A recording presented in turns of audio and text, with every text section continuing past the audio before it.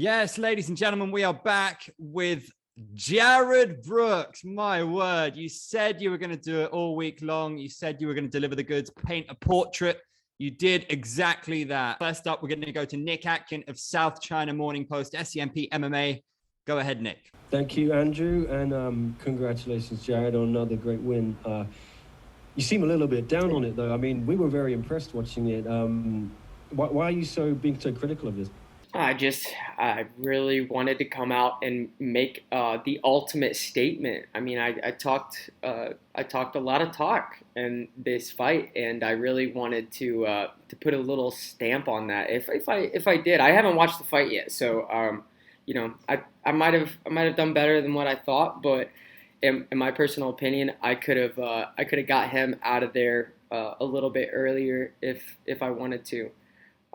It just takes a little bit more time, a little bit more preparation. I got to acclimate a little bit more before I leave and stuff like that. I was a little dizzy before I got in the octagon. I have to work on my conditioning a little bit more, work on my boxing, and work on my kickboxing, and just work on being a better mixed martial artist at the end of the day. But I'm looking to beat people with a stamp, like I said, and I want to beat Joshua Pacquiao with a stamp, and I want to put him out of there just like I did his teammate Lito, and that's the main thing, man. I want to make people realize that I am not a boring fighter. I'm somebody that can take people out no matter what. So, are you not expecting a performance bonus then? Because I know Chatri's given out a couple on live TV already, but Please, Chatri. If I could get 50 bands, bro, oh my lord. Chatri, I would kiss you. I know you don't want to be kissed, but I would kiss Chatri right now. And I think that I did a lot of promotional things that a lot of other fighters didn't do this week.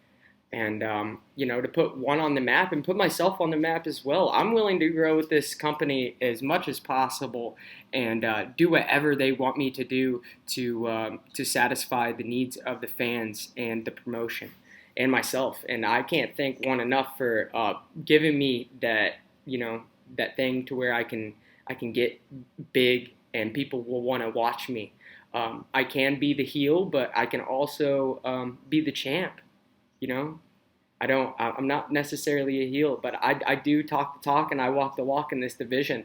And I want to do that in flyweight as well. And if I could fight Demetrius Johnson in a year and a half, that would be an absolute dream come true. Demetrius Johnson is my all-time superhero. He's one of the reasons why I wanted to start mixed martial arts. So if I got to fight him, man, that would just be a dream come true. Well, I might quickly ask you about Demetrius in a second. But I just wanted to say that Joshua has put a post on Facebook saying they've seen nothing yet. This is my division. Just want to get your reaction. Well, I mean, I've watched a lot of other opponents that have fought.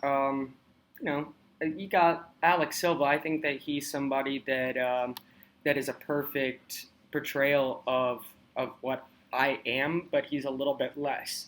So you watch Alex Silva versus Joshua Pacquiao. I know Josh has probably gotten a little bit better, and he's going to be watching a lot of video on me. But I think Joshua is deep down inside shitting himself. I don't think he wants to fight me anytime really soon. I think he probably wants to fight me in like July or something like that. But he can take as much time as he wants to prepare. Like I said, I think I could beat Joshua Pacquiao right now. And yeah, he's super tough, and I got to give him kudos for holding the belt as long as he has. But he's gotten beat by people like Saruta, and he has gotten better, don't get me wrong. But I'm not Saruta. I'm not these other guys. Like I said in my rap, like you can beat Lito Adewang, Alex Silva, but guess what? I'm Jared. I'm somebody that is willing to put my heart and my mouth on the line. And yeah, I don't say anything that I don't mean.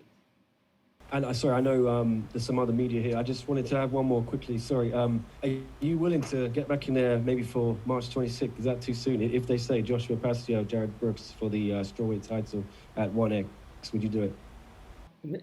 I am a company man. If Chatri, if Rich, if Matt, if all of these guys want me to fight, in March, I would be more than happy to. I'm looking to get a lot of cash and get some belts. So yeah, I want to spring myself into this promotion as much as possible, and I love my fans, man. The fans are absolutely. There was only 200 fans here, and just getting involved with the fans was super cool. We've got lots of questions coming in from our media, so we're going to go now to Jay Anderson from Cage Side Press. Go ahead, Jay. Thanks very much, Jared. Congratulations on the win. I know you did sound a little down about it, but I'm curious. At the end of the first round, you really had him hurt. You had him bloodied. Were you surprised by his toughness in this fight? Man, wow. He is they should call him this Japanese zombie. That kid is very hard to finish. And he's super crafty on the ground. A lot more than, like I said, to the outside eye. But yeah, he was super crafty, and you have to worry about Hirooba no matter what, and he's young too. So I know that he's going to be hunting to get that win back in the next few years. And yeah, utmost respect to Hirooba Minowa. That kid is a gangster for sure. Good stuff. I think you might have just given him a new nickname there. And, you've been excited, kind of fired up all week, and obviously you did the promo thing. How exciting and motivational for you is it to be back on a big stage like this? Man, I absolutely love it. One Championship has treated me nothing less than like family. They want to promote me. They want to put me on the spotlight, and that's what I was born to do. Ever since I was born, my dad always told me that I was going to be a superstar. It doesn't matter if it was acting, if it was singing, rapping, anything like that. I'm willing to go and put my heart and soul out to the camera, and yeah, I'm going to fight for it too. And last one for me, you've talked about wanting to get not just a belt, but belts, obviously moving up and getting a second one. If you were to do that, would it be a permanent move, or would you want to go back and forth, try to defend both titles? Hey, man. I think it was Mike that told me when I weighed in, he was just like, damn, dude, you could fight at atomweight. I really believe that no matter what my weight class is, I can fight anybody. I mean, I'm not going to say I'm going to fight Bibiano Fernandez or John Lineker or anything like that. But in the flyweight division, yeah, I could still weigh 124 pounds. I beat Davison Figueiredo when he weighed 149, and so I can fight these 35-pounders. I'm just as strong. I just gotta be in a little bit more conditioning shape. But yeah, I'm looking and I'm hunting to go against some of the best in the world, no matter what. I'm willing to test myself. Let's go to Conan from Conan Daily. Just one question for me. You and Joshua Pascal are both well-rounded fighters, but why do you think should Joshua be scared of you?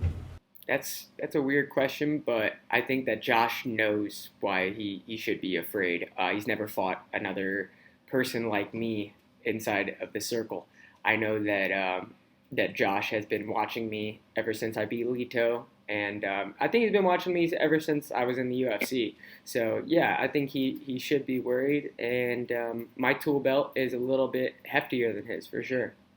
Next up, we are going to go to Ivan Stewart from Philippines News Agency. Ivan, go ahead. Lito, you already mentioned Lito Adiwang earlier, and Joshua said in a previous interview that they're looking for a rematch between you and Lito. So who are you looking for to face next if ever Joshua is not available? Are you going for Lito again or someone else? I'm willing to go against anybody. Could be flyweight, could be, but Joshua, if he isn't ready to fight me, then why be the champion? You should be ready. You should be ready right now. So I know that the Filipino culture absolutely loves Joshua Pascal and Lito Adiwang, and they want to make excuses on how Lito got beat and stuff like that, and it's a fake groin thing or whatever like that. But I beat Lito Adiwang at least 7 to 8 minutes out of that fight. He hit me like one time. So yeah, I think it's just a bunch of excuses, and they have hardcore MMA fans, so I can't really stipulate on the reason why Joshua wouldn't want to fight me. But I know that Joshua wants to fight me. I think he wants the heat. I think he wants the smoke. So Joshua Pasial, let's get it, baby. Next up, we have Dylan Bowker from My MMA News. Dylan, go ahead. Appreciate you taking my call. I'm just curious because there's been a couple references to the post-fight interview being described as a promo, and you were talking about how you can sometimes play the heel a little bit. How much of that pro wrestling psychology informs the approach? Like, you got the monkey mask and everything too. I was a really big fan of WWE and stuff like that, but it isn't really about that for me. It's just trying to get my name out there no matter what, and get fans. It's not even about me trying to just go straight promotion all the time. Anytime I speak, it is certain truths in that. So I'm not just speaking bullcrap, But yeah, I mean, if it is a promo, it's a promo. I speak my truths. Oh, yeah, no doubt. And just another follow-up question, because I thought this was really cool. I saw on your Instagram a few days ago you got a shout-out from Tommy Hitman Hearns there. So can you talk about how that helped getting a shout-out from the Motor City Cobra? Yeah, man.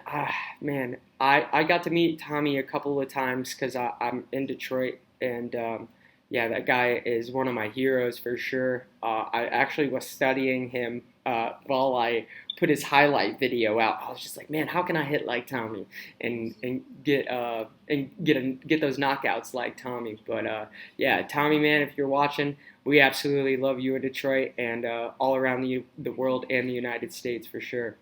Our next question comes from Andres of MMA Uno. Andres, you're up. Hello, Jared. Congratulations for your victory. So I would like to ask you, how much did you enjoy the rules here?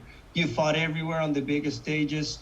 Tonight, we saw you combining knees on the ground, striking heavily, then looking for a submission in an exciting round where you almost finished the fight. So I would like to know, do you like the rules more here? I love them. I think one does it the best as far as, hydration, weight, everything that is involved inside of the organization. I think they have geniuses running it. Shatri is definitely a genius. When it comes down to MMA, he's been doing mixed martial arts his whole life, so I would expect nothing less. And the last question, you know that for months now there has been a talk of who has the better roster between UFC and one championship. And Davidson Figueiredo, he was crowned champion again recently. He's one of your two defeats in your important career. It was a split decision that could go either way in that moment. So do you see the possibility of facing each other again? And how do you see this fight ending?